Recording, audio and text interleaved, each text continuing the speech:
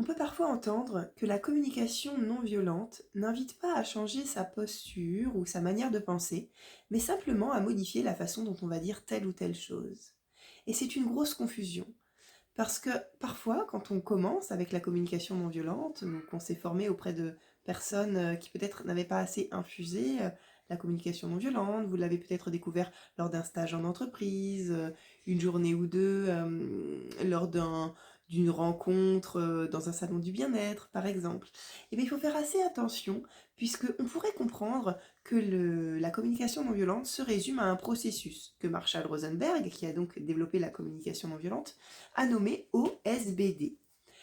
Alors c'est bien plus que cela. Pour ceux qui ne connaissent pas la communication non violente, je vais quand même développer ce qu'est ce processus OSBD de façon assez rapide, nous y reviendrons dans une autre vidéo.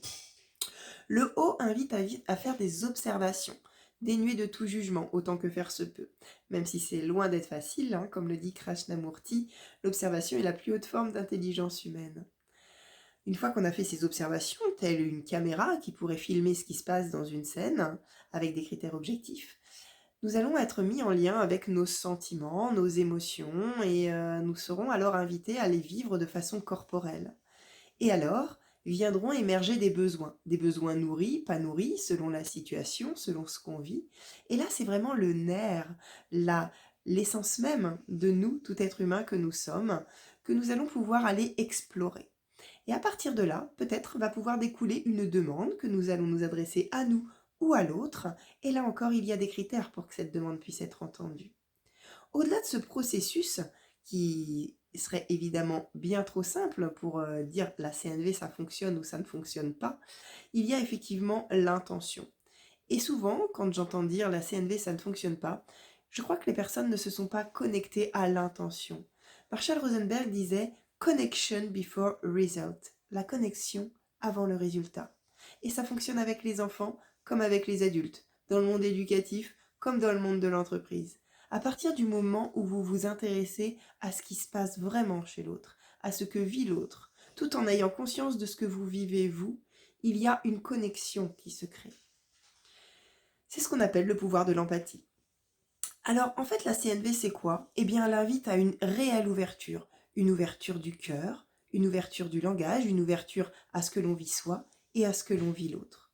Elle invite aussi, et c'est fondamental, à la responsabilisation, la responsabilité de ce que l'on vit. La bonne nouvelle, c'est qu'à partir d'aujourd'hui, l'autre, vous savez que l'autre n'est pas responsable de ce que vous ressentez, de votre colère, de votre terreur, de votre tristesse. Au même titre que vous n'êtes pas responsable de ce que l'autre ressent, de ce qu'il porte depuis qu'il est né, de son éducation, ses conditionnements, ses traumas, ses blessures, ses croyances. Et donc ça va dans les deux sens. Alors que faire? Eh bien, à partir du moment où on a conscience de cela, on peut peut-être déjà faire un travail sur soi.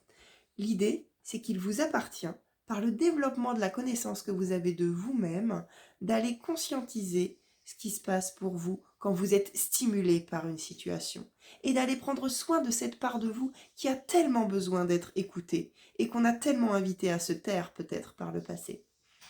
Alors, au cours des ateliers de communication non violente que je vous propose, le mardi à 19h et le samedi à 9h30, eh bien nous allons peu à peu cheminer ensemble avec votre vécu, avec vos situations.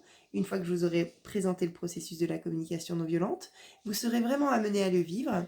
J'y intégrerai également des exercices de sophrologie, des méditations, où là, vous serez vraiment invité également à entrer en lien avec ce qui se passe au niveau du corps. Parce que le corps, il fait partie intégrante du processus CNV. Si bien sûr vous avez des questions, je reste à votre disposition. Et si vous avez l'élan et l'envie de constituer un groupe hors de ces créneaux, par chez vous, des amis, du personnel éducatif, une entreprise, je serais heureuse de contribuer à développer cet élan et vous inviter à vous rendre la vie plus belle avec la communication non violente. Je vous dis à très bientôt pour une autre vidéo.